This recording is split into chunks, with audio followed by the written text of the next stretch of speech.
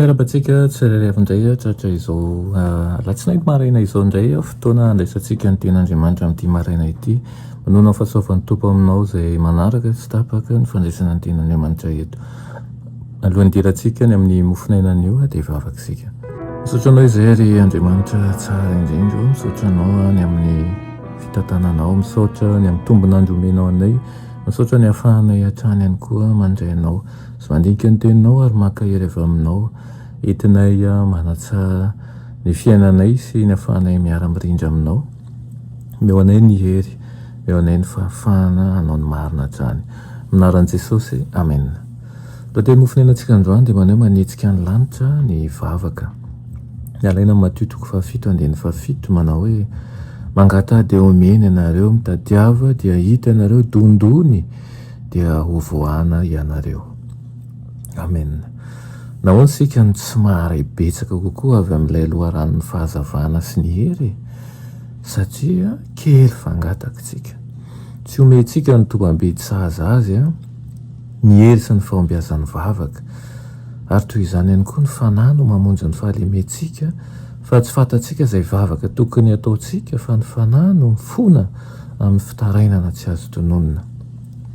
Irian'Andriamanitra ny anatoanantsika azy amin'ny alalan'ny vavaka mba hahafahany manazava ny saintsika. Izy irery ihany no afaka manome fahatakarana mazava ny fahamarinana.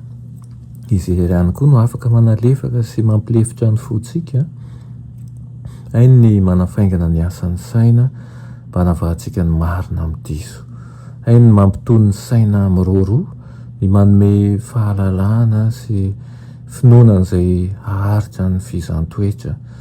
Koa mivavah ka aza mitsahatra e. Anjeny vavaka koa ilay Andriamanitra izay nanjeny vavaka nataon'i Daniela, raha manantona azy tahaka n'izay nataon'i Daniela ianao. Aoka isika hanana fifandraisana ety dia ety amin'Andriamanitra.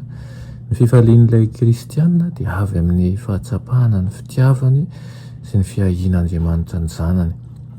Ary ihany koa ny fananany toky fa tsy hamela azy ireo ho irery ao anatin'ny fahalemena izy. Ilaitsika ny mahafantatra ny tokony ho fomba vavaka, tsy ny vavaka mangatsika sy tsy misy aina no ahakasika ny fon'Andriamanitra. Ren'Andriamanitra ny vavaka rehefa avy amin'ny fotorotoro izay mahatsapa ny tsy fahamendrehany. Natao fampirezana sy famonjenantsika ny vavaka mba ahafahantsika mamikitra amin'ny harenten'ny fikasan'Andriamanitra amin'ny alalan'ny finoana sy ny fanantenana, fanehoana ny fanirian'ny fananoana sy mangetahetaka ny fahamarinana ny vavaka. Fitaovana azahoana fahombiazana izay nomeny lanitra antsika ny vavaka, ny hery izay azo setry ny fivavahana no ahatonga ny olona hoendry araka ny fahendren'ny lanitra, ary izany no ahafahany miasa ao amin'ny firaisana ny fanahy, akamban'ny fatoram-pivavahana izay mametraka ny tenany eo amin'ny toerana ahafahan'Andriamanitra manazava azy dia mandroso, toy ny miala amin'ny hazavana sy mampisamby ny maraina ho amin'ny famirapiratana feno ny mitatao vovonana.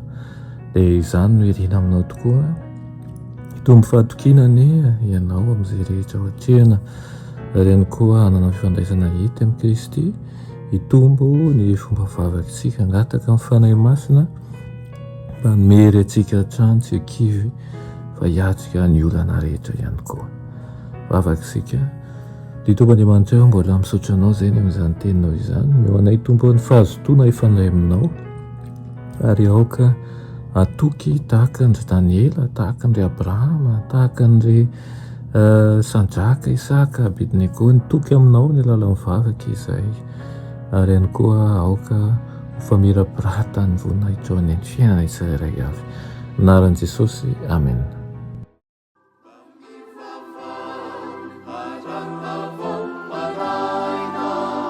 Saru